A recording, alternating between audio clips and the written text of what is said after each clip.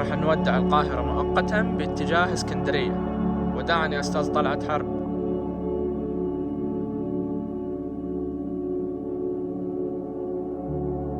شاهدنا الإسكندرية بكل جمالها، بحرها وناسها، جولة الحنطور وسط الحواري الشعبية، مساجدها وشواطئها وآثارها وروعة صباحاتها ولياليها. لكن بقى أمامنا شيء مهم جدا، أكلاتها المشهورة. سخنة أوي ولذيذة أوي، خاصة أكلة السمك. ايش اسمها هذه؟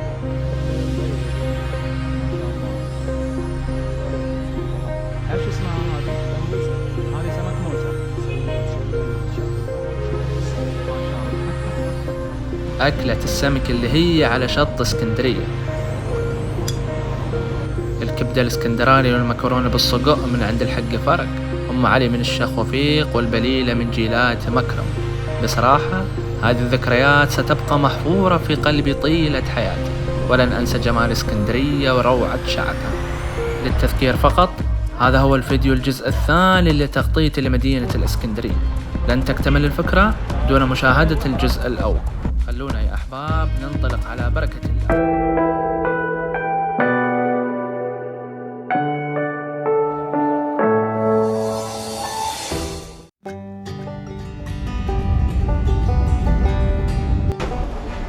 نجرب حلويات هريسة، حلويات جميلة جدا.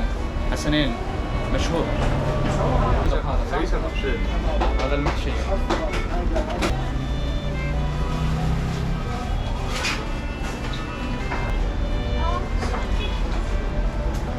جميل.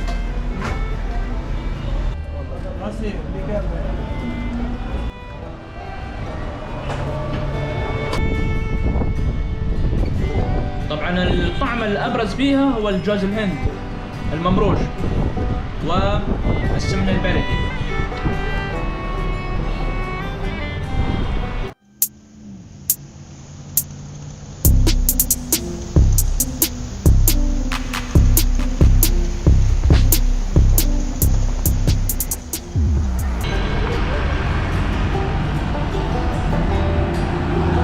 اسكندرية يعني البحر، اسكندرية يعني التصيف، لكن أيضا اسكندرية يعني الكبدة الاسكندراني أو الصدوق الاسكندراني. فرج أبو خالد يعني اسم جديد في عالم الكبدة، لكنه مشهور، يعني أصبح مشهور في فترة قصيرة. راح نجرب من عنده الكبدة وراح نجرب من عنده المعكرونة.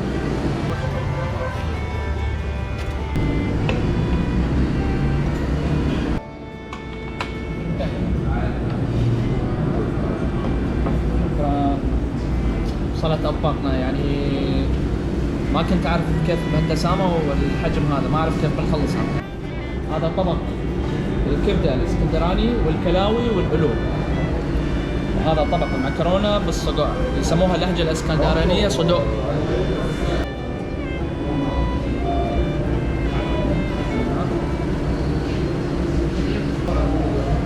الله الله، مذاق بديع من أول لمسة، من أول ما تتذوقها.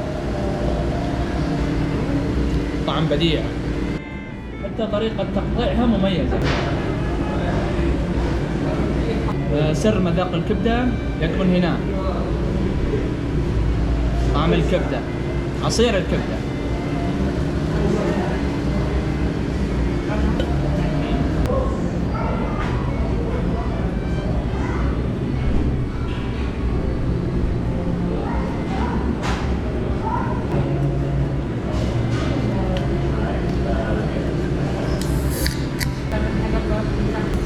مذاق فظيع، مذاق الكبدة فظيع، خاصة اسكندرية.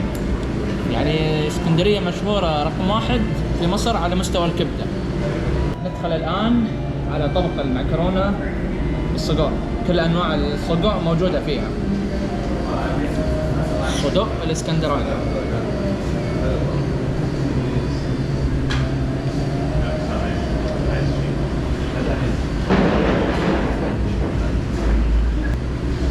مذاق رهيب رهيب.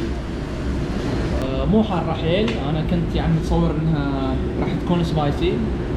مو حار رحيل، لكن طعم يعني يعطي شوية، يعني يعطي شبه على طعم الكباب، ويعطي شبه أيضا على طعم البسطرمة العراقية.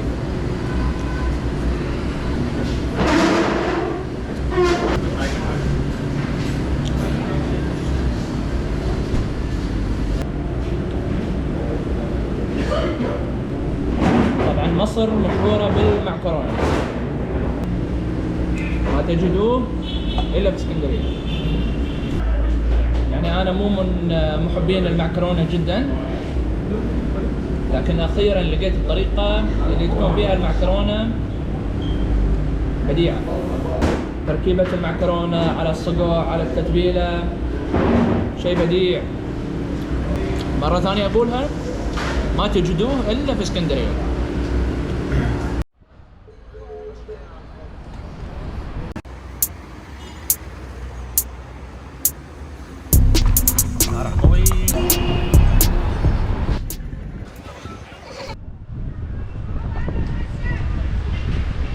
واقفين في الطابور حتى ننتظر ناكل من حلويات الشيخ وفيق.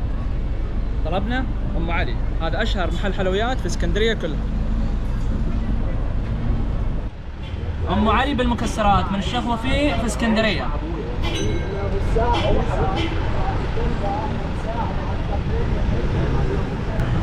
خبز مقطع اللي هو الرقاق، حليب، مكسرات.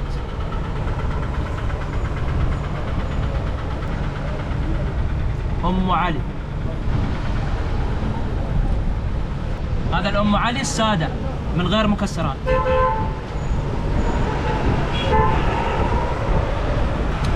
برأيي من غير مكسرات اطيب.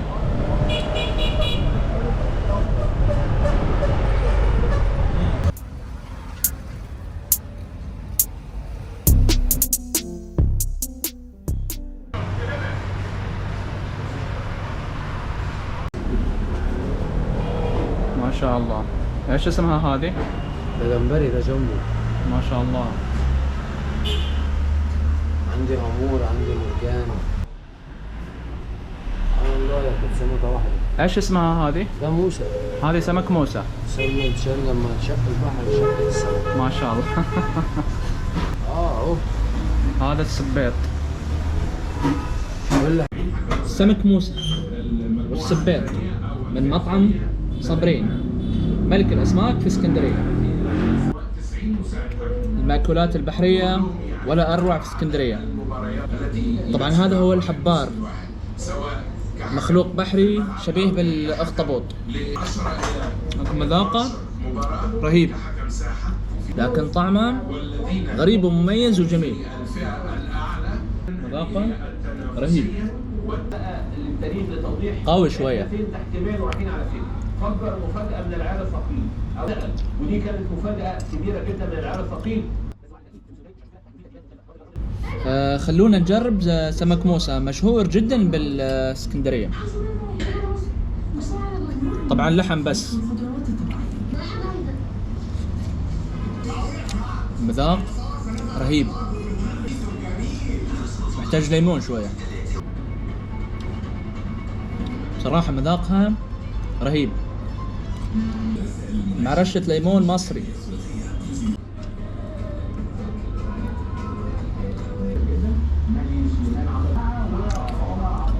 طبعا وصل تمن بهذه الأصناف. الرز،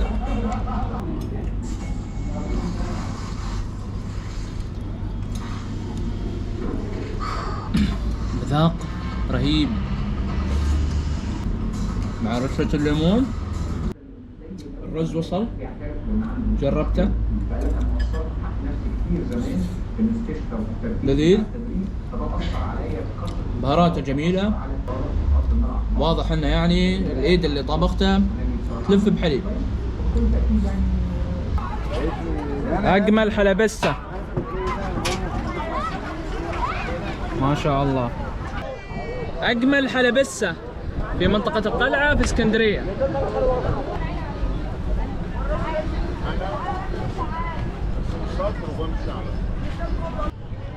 شبيه اللبنة اللي في العراق لكن حار جدا، سبايسي.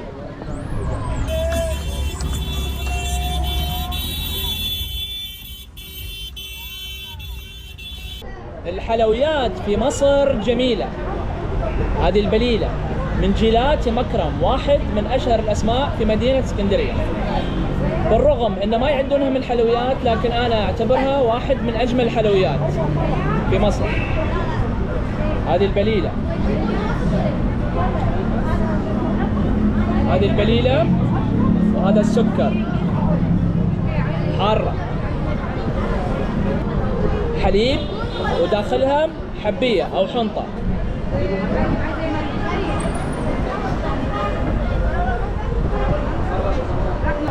يعني كذا مو حلو أبدا.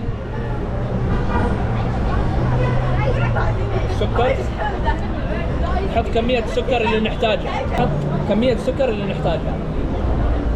يعني الواحد ما يقتصر بسكر كذا أشياء. يعني لما حطيت السكر صارت لذيذة أكثر. طيب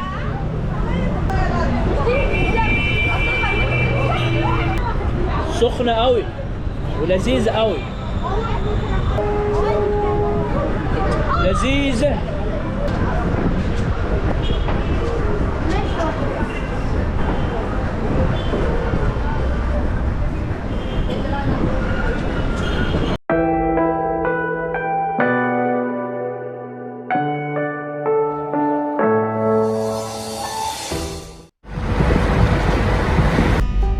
المكس، اسكندرية عاصمة السمك، اسكندرية عاصمة الأسماك.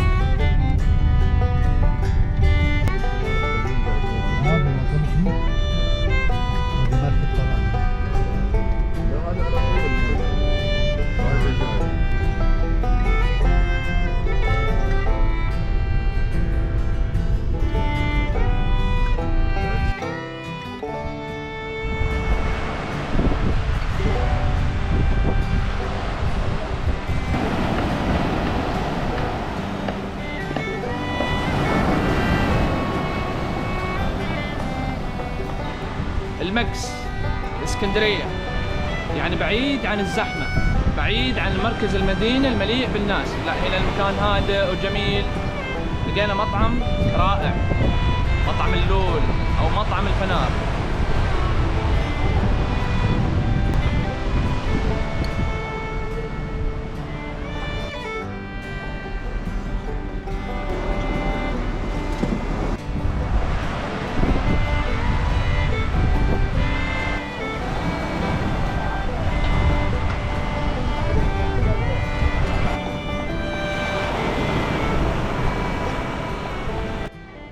خلونا نروح نختار السمك. ما شاء الله هذه انواع مختلفة من الاسماك، من الماء، يعني من البحر الى الماء على طول. مختلف انواع الاسماك. خلونا نختار الافضل.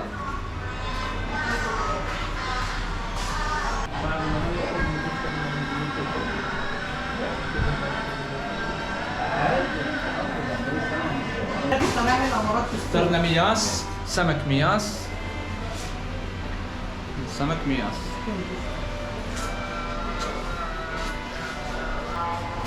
اخترنا سلطان ابراهيم او البربوني. هذا السبيط، هذا السبيط جربناه في مطعم اخر في اسكندريه. اليوم مش راح نجرب السبيط، راح نجرب بيض السبيط. دسم جدا، فلذلك راح ناخذ 200 جرام.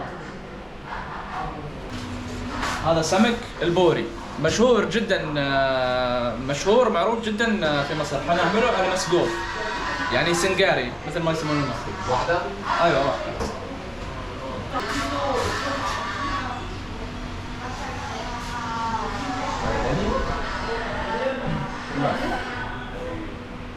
اخترنا من بين انواع الاسماك الجميله. عندنا نصف ساعه ننتظر الاكل يكمل ويجهز ويجينا على المائده. يلا خلونا نروح نقعد على البحر.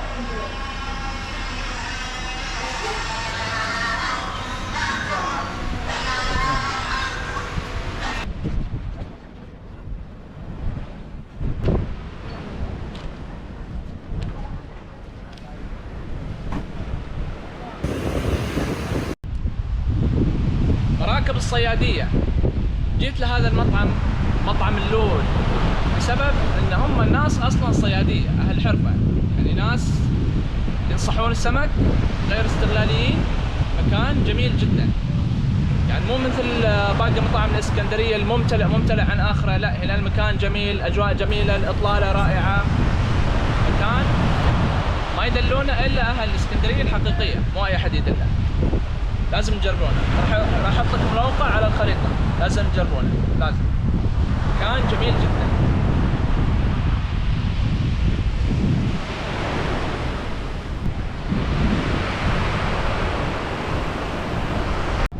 الحين راح نشوف الاكل ونشوف لذة الاكل.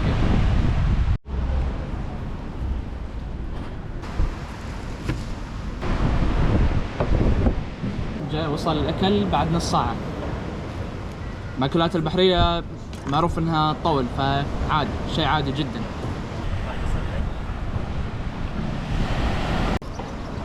سلطة الطحينة والبابا غنوج مقبلات ثابتة في أي مطعم مصري. هذا سنجاري صح؟ مسقوف مصري سنجاري. خلونا نقرقش بالكافيار تبع السبيط. رهيب سبحان الله، اللون أبيض نفس لون السبيط، بس طبعا مو نفس القوة مالته. تحس كل الفوائد والفيتامينات تبع البحر بالكافيار. هذا السلطان ابراهيم او البربون سبحان الله، طبعا وهو حي لونه احمر.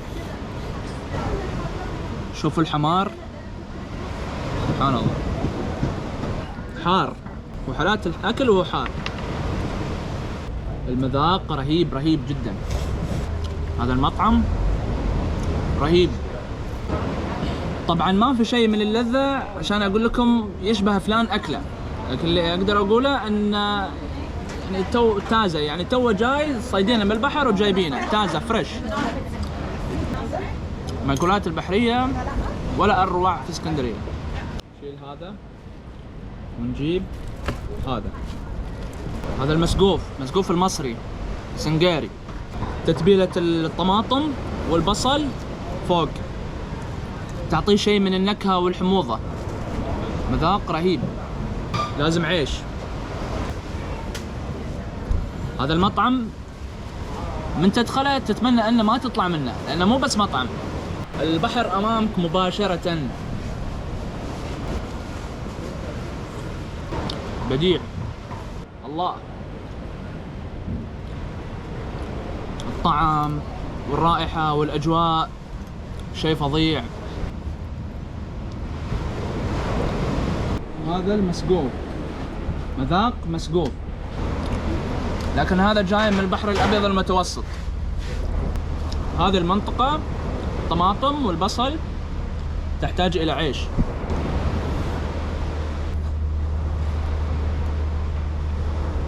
الله. لا مقارنة بين الأسماك اللي تذوقونها في هذا المطعم، لا مقارنة على الإطلاق بينه وبين الأسماك اللي موجودة في مركز اسكندرية. هناك يعني ما أعرف، مو هي أكلة السمك اللي تبحثون عنها، لا هنا أكلة السمك الحقيقية. والله كل طبق ألذ من الثاني. هذا طبق سمكة مياس مع صلصة البطاطس بالفرن مشوية، طبق اسكندراني رائع. نصحوني فيه طبعا، لكن نصيحة كانت في محلها. اللي يحب يجي اسكندرية وياكل أكلة سمك تمام يجي لهذا المطعم. رهيب. هذه الصينية شغل عدل، شوفك المطبخ المصري على أصوله. مهمتنا الآن إن نمسح هذه الصحون كلها حتى ما نكون مبذرين. يلا تفضل.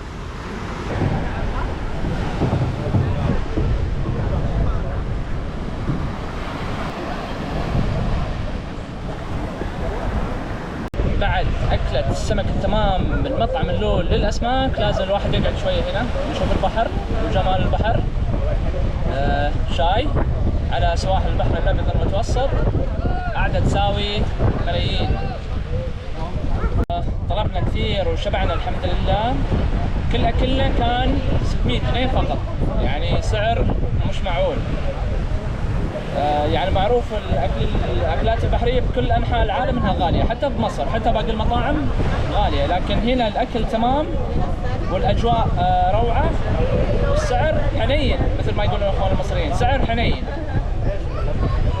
أجواء مصر وأجواء شمال أفريقيا الحقيقية، صحراء، بحر، جمال اسكندرية ما له حدود.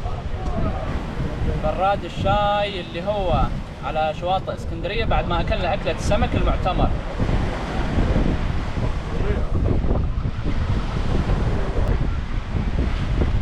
وعمار يا اسكندرية.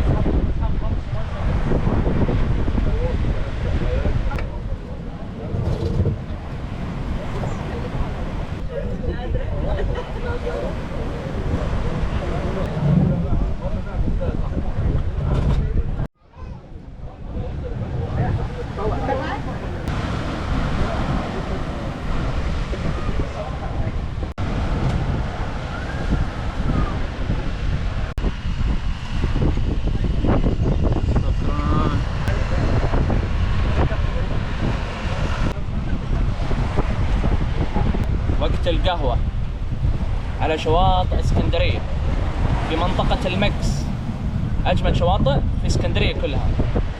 باقي الشواطئ مليانة ومزدحمة بشكل فظيع، لا هنا جميلة جدا.